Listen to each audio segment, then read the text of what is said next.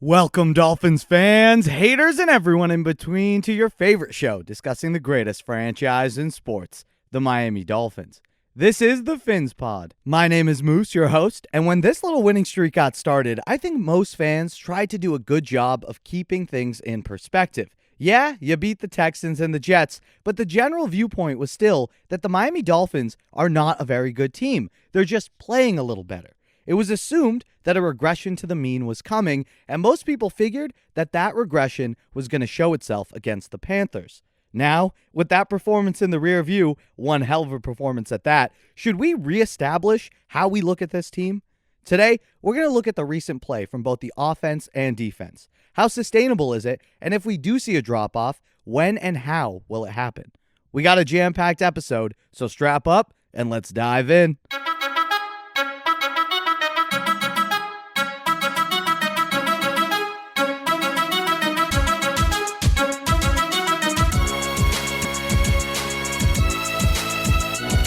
For the sake of this exercise, we're going to ignore the first 8 games of the season. And I know plenty of you are out there thinking, you can't ignore those games. They happened, and the Dolphins performed atrociously.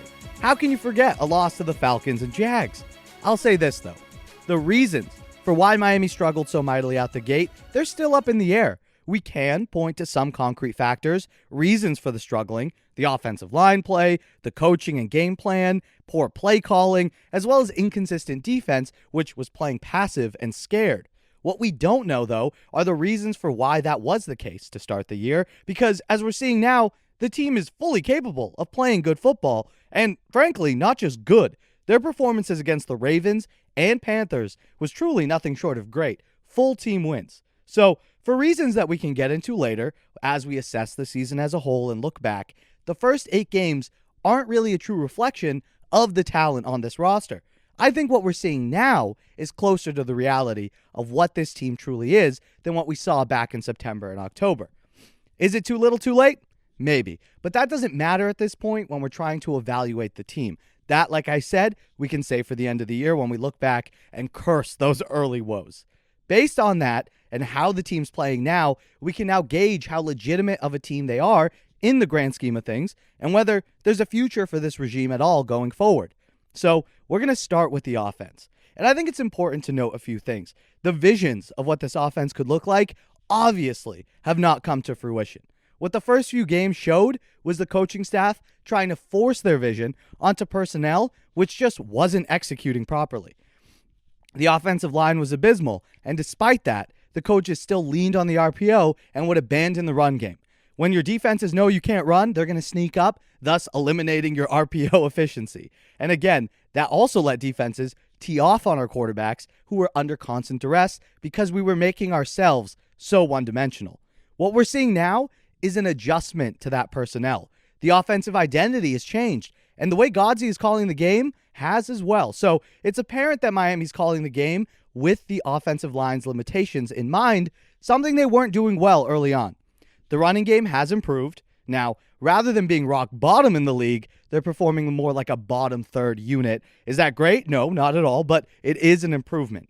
Whether that goes to comfortability along the line, now that this unit has had some games together under their belt, or if it's the type of running concepts Miami is doing, overall, there has been improvement in the run game. And hopefully, with Phillip Lindsay now in the mix, we can see even more high-level performance from that unit.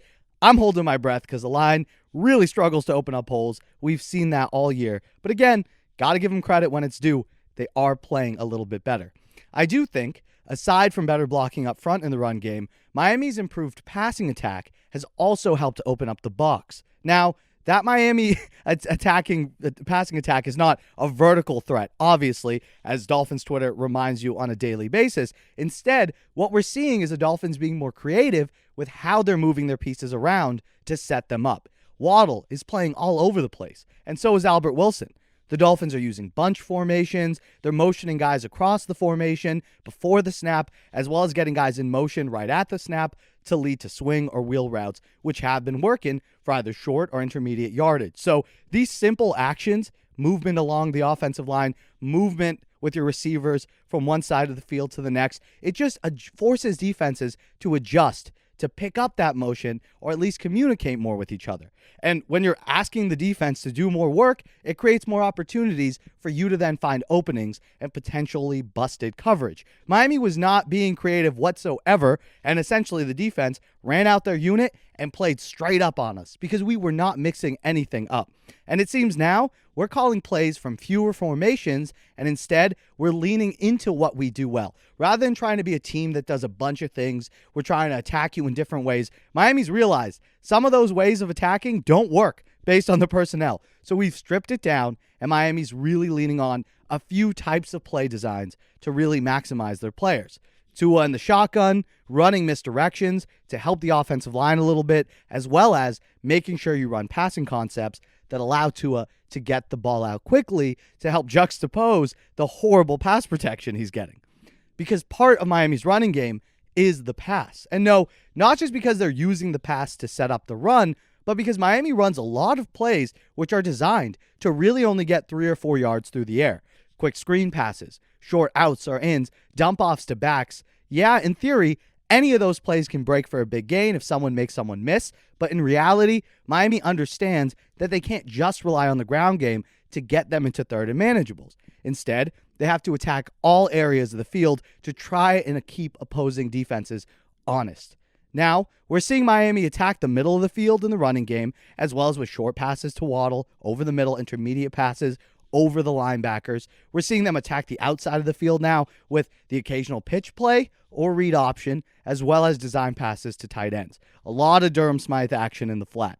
All of this motion and the mere threat of going outside forces defenses to respect all the areas of the field, thus opening things up everywhere as well. This is going to sound really strange, but I think we have to give a little credit to the offensive coaching staff for making some good adjustments. The other thing to note is seeing how Miami is using their personnel. That's how you can tell that they are grasping an understanding of what their guys do well. Mac Hollins, right? He's not being asked to be a chain mover. Third down, run a short route over the middle. He's not the best route runner and not the most consistent receiver. So you have him play on the outside, running rubber pick routes to set up your guys, and occasionally Mac run deep to stretch out the coverage. Durham Smythe, as we mentioned, he isn't a Mike Gesicki type tight end. He isn't a vertical threat. He's more of a jack of all trades, master of none type. We're seeing that Miami understands that because they really are maximizing Durham Smythe's value and output. He stays into block or leaks out into the flat for a quick dump off, and those dump offs proved effective against Carolina, and his presence in the passing game is only going to help the rest of the receiving core as well as Mike Gesicki. As long as defenses keep disrespecting Durham, keep feeding him and moving the chains. Jalen Waddle, he isn't being used as a pure slot receiver like he was before. Instead, we're seeing him moved all over the field. Miami has him running way more crossing routes, getting him in motion to help boost his momentum and speed coming into the route. These are all little things, but signs of improvement in offensive philosophy. Now, as we mentioned, with the addition of Phillip Lindsay, I think you're going to see the Dolphins continue to try to emphasize a more traditional running attack. I'm here for it. As long as you're not playing from behind, keeping a focus on the run, no matter how successful, helps to keep your playbook open and defenses honest. And to top it all off, we have to talk about the quarterback play. When you're dealing with an offense that has the limitations that we do in your protection, your running game, as well as skill players who are constantly hurt, you need someone who executes the offense and minimizes mistakes. And we're now seeing that from Tua consistently. Yeah, there's definitely another level that he can get to, which is exciting. A level that not only pushes the ball downfield, but a level which allows him a complete mastery of the offense. And as each ball is snapped, as each game progresses, Tua is not only going to get more understanding and more comfort in his offense, but a better, deeper understanding of how to manipulate defenses and work within his offense to maximize output and efficiency. Because as he takes ownership of it, the schemes, the concepts, he can make sure Miami is in good position and check out a bad plays at the line. When you're young, you haven't seen everything a defense throws at you, you're not sure what the disguise is, you might keep a play going that is going to run right into the teeth of the defense and cost you a potentially positive play. As you get a better understanding of your own offense and you see what the defense is doing, you can check out and maximize your efficiency. And that only enhances the potency of the offense. And as long as he continues to deliver accurate and decisive strikes, get the ball out of his hands quickly, the team's scoring potential should really only go up, as we've been seeing. So what should we think and expect from the offense going forward? In my opinion, more of the same. Complementary football, bailing out the defense when they put you in good positions, and limiting mistakes. Since the Buffalo game, you're seeing exactly that. The players seem way more comfortable, and the coaches seem more in tune with what's working and what isn't on the offensive side of the ball. I think expecting Miami to put up at least the league average, 24 points per game, is totally fair at this point. We haven't even mentioned the possibility of seeing Devontae Parker or Will Fuller thrown into the mix, although, to be honest, I do think we'll see Parker for another game or two, but Fuller truly may miss the rest of the season. Talk about robbery. Starting this weekend against the Giants, you want to see consistency from the offense, as well as more growth from Tua Tagovailoa in his decision-making. If he limits the big mistake, the team is in a far better position to win the game. Honestly, any game, as long as he's not turning it over. Now, the biggest improvement as a team came from the defense. There's no doubt about that. We've talked about it before, the reasons behind the changes. Like I stated earlier, those reasons aren't the purpose of today's show. Instead, we're talking about these new expectations. And ladies and gentlemen, my expectations are high. The defense is finally performing the way that we expected the unit to perform. It's what we had hoped to see back in September. Similar to the offense, whatever changes that were made to Miami's defensive identity are also rooted in their personnel. You can look at that. You can look at this defense, look at each player on it, and determine the role, the exact specific role for that player in the defense. You got your pass rushers, the edge setters, Emmanuel Ogbah, Jalen Phillips, and Andrew Van Ginkel. All Miami's asking from them is to wreak havoc. Be responsible for your gap, be disciplined, but get after it. Right now, those boys are doing exactly that. And the broadcast did a good job of sharing a neat little stat. Ogbah is the first player in 20 years to have 7 straight games with a batted pass. That not only points to consistency from him, but also high football IQ. He's clearly studying opposing quarterbacks, learning their tells, and he uses that to time his jump and make the play. 7 in a row. His batted passes have helped Miami end some drives early. 2nd and 7, they're trying to have a drive going. Oh, there's a guy open underneath for 3-4 yards to make it 3rd and 2. Ball's batted down. Now you're looking at 3rd and 7. Those plays really change the game. Obviously, Jalen Phillips, too, he's beginning to come into his own, which down the stretch can be big for Miami's consistency on defense. The rest of the line, too, is playing with tenacity and discipline. You got Christian Wilkins, who's continuing a stellar season. Alongside him, you got the stacked unit featuring Raekwon Davis, Zach Sealer, and Adam Butler, who a couple weeks ago was a dud, but truly had a good game against Carolina. They've done a great job in recent weeks against the run, and they had a huge test facing Christian McCaffrey, and they passed with flying colors. I don't want to hear that this Dolphins team is not doing this against good competition. Yeah, you got the Texans and the Jets, but I'm sorry. The Ravens and the Panthers have some of the 2 best running schemes in the league. Yeah, maybe they were banged up here and there, but you had Lamar Jackson on the field, and you had Christian McCaffrey on the field. I don't want to hear that Miami was getting an easy out. That wasn't happening. Because Miami's also changed the way they utilize their linebackers. Before, they had Jerome Baker and Elandon Roberts playing a more traditional middle linebacker role, right? Miami was asking Jerome to play more off of his keys, right? Read what's happening in front of you. And when you have to read more, that innately adds more layers to your assignment, makes you think more, have to get to a spot faster, and the same was true of Elandon Roberts. Miami was asking them to be versatile and be able to play both the run and the pass based on what happened in front of them. So Miami realized that really wasn't working. Baker was getting burned in coverage. He was getting washed down in run blocking. Same with Roberts. If he didn't guess the gap right, he was washed out of the play, and opposing offenses were easily getting 8-9 yard runs up the field. Now, Miami has them playing up on the line. In aggressive fronts, Jerome is either lining up on the guard or center, or Miami has him coming off the edge. Having him come up to the middle allows him to maximize his blitzing skill set, which is underrated. And then having him off the edge allows Miami to help contain outside runs much better, as Jerome has the speed to get to the edge and help contain the play. Roberts, he isn't being asked to play the edge, which is good since he can't move sideline to sideline. Instead, they have him on delayed blitzes or coming in hot against the run. Both these roles are distinct to each of their skill sets and shows Miami is wising up to that. Of course, the most consistent unit has been the secondary. From even early on when the defense wasn't good, the secondary was the one unit you pointed to and was like, they aren't the reason we're sucking. And Miami's now leaning on their high-priced corners to play good coverage all game long, either giving them safety help or leaving them on an island because you trust them that much. The other change to the defense was in how Miami is using their safeties. Rather than having a traditional free and strong safety, Miami mixes up the roles and assignments to throw some confusion into the mix, because if you think about last year, the safeties was Bobby McCain. Wow, almost forgot his name. It's only been like 8 months. How could I forget you, Bobby? I love you. Bobby McCain at free safety and Eric Rowe at strong. They moved Eric Rowe around a little bit, right? But Bobby McCain was pretty much just the free safety. He would come in on the occasional blitz. And this is when Miami was running the amoeba front. Their safeties were a little more limited in what they did. Eric Rowe was not a good blitzing guy. He was just great to match up on tight ends.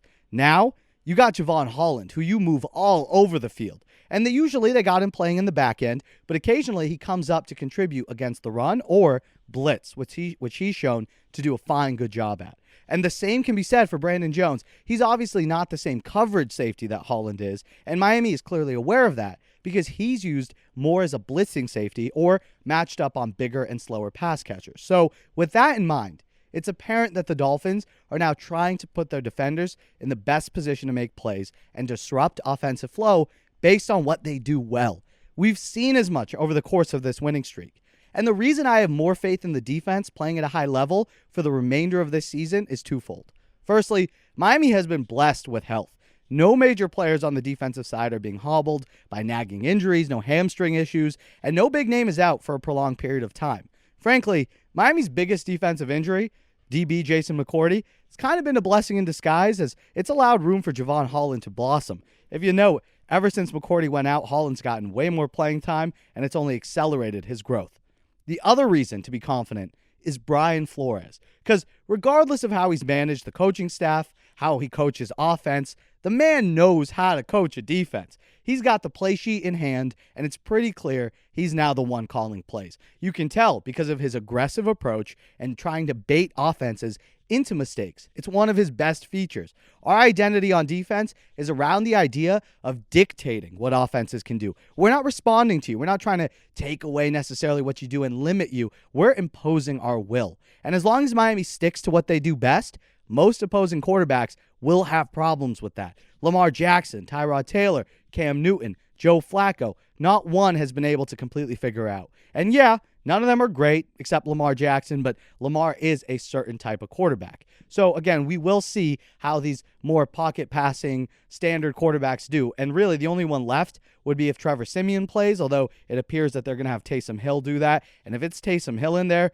Miami runs the exact same defense they did against Cam Newton as well as Lamar Jackson. I don't think Taysom Hill's going to do much better. And Ryan Tannehill's more of a pocket sort of quarterback. Him and Mac Jones are two of the guys coming up that we're probably going to face, and we're going to have to figure out the differences in how they play quarterback. But everyone else, I think we're going to have a good chance just blitzing the hell out of them. Again, when you consider that it's being reported that Miami isn't even facing Daniel Jones this weekend, I think our defense will continue to eat. Similar to Joe Flacco, the Dolphins face an experienced vet in Mike Glennon, but he's immobile, lacks big playability, and he generally runs a simplified scheme, something Miami should be able to handle easily. Because as long as they play relatively mistake-free football, both sides of the ball, don't give the Giants any free points with turnovers, we should be able to handle business. And we'll get into the specifics of the matchup in our preview episode this Friday, so be sure to subscribe and stay tuned for that one. The risk with this team, the way that this all falls apart and they have a letdown, is in their mentality. Right now, the Dolphins players are playing like their backs are up against the wall, and when you start at 1-7, of course you will. You lost so many consecutive games, and you know your season is pretty much all but lost. Jobs are now on the line, and it's really time to pick things up. We heard about the meeting that the team had a few weeks back. Flores apparently put it all on the table, and the guys have answered the call. The way Miami has a setback now and loses their chances of a magical run is if on one of these Sundays, they don't show up. If they overlook an opponent or play error-filled football. Think about Miami's loss to the Denver Broncos last season. It was in the midst of a good run. The team was playing well, but they had a dud. Now, to be fair, Denver has a really good defense, and it was early on into his career as well. He is a better quarterback than he was then, and that, I think, is the X factor in all of this. The guy who can elevate the team, even on a day where they aren't playing their best, is the quarterback. If Tua continues to get better, take steps in ownership of the team like we spoke of, then this run is really possible. Playing with consistency is possible. With Miami playing now 2 winnable games in the next 3 weeks, as well as a much-needed bye thrown in there, the team is set up for a strong finish. Now, it's up to them to execute and deliver. What do you think? Is 7-7 on the horizon now, or do you still question Miami's ability to be consistent week in and week out? Let us know in the comments below.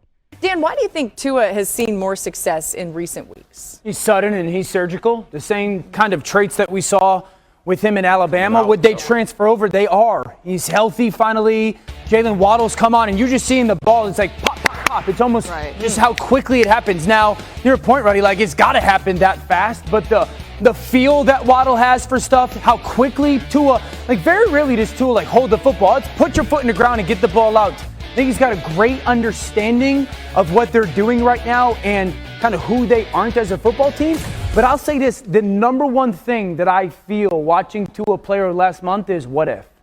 Like, what if you get that kid with an offensive line? What if you get him like another receiver or two? Because I firmly believe this. If that happens, if they do the right thing and protect him, then he becomes a Drew Brees type of player. I truly believe that. That's going to do it for us here today. Thank you guys so much for listening to the show. Hope you enjoyed it. As always, thank you to Timothy Ritchie, Brian Guger, Brandon Leist, and Chris, members of the pod and supporters of the show over on Patreon. Check that out. Links in the description, or head to patreon.com/PhinsPod. Thank you all so much for the continued support over there. Really means a lot. Helps us keep going. And please remember to like the video as well if you enjoyed the show, and subscribe, just so you never miss a chance to chat about your Miami Dolphins. Remember that the show is available on all platforms, Spotify, Apple, and Google Podcasts, and of course, YouTube. As always, we'd love an Apple review if you're listening on Apple Podcasts. Really helps the show out. And continue the conversation with us over on Twitter and Instagram at PhinsPod. I hope you all have an amazing day. And until next time, stay safe. Love y'all.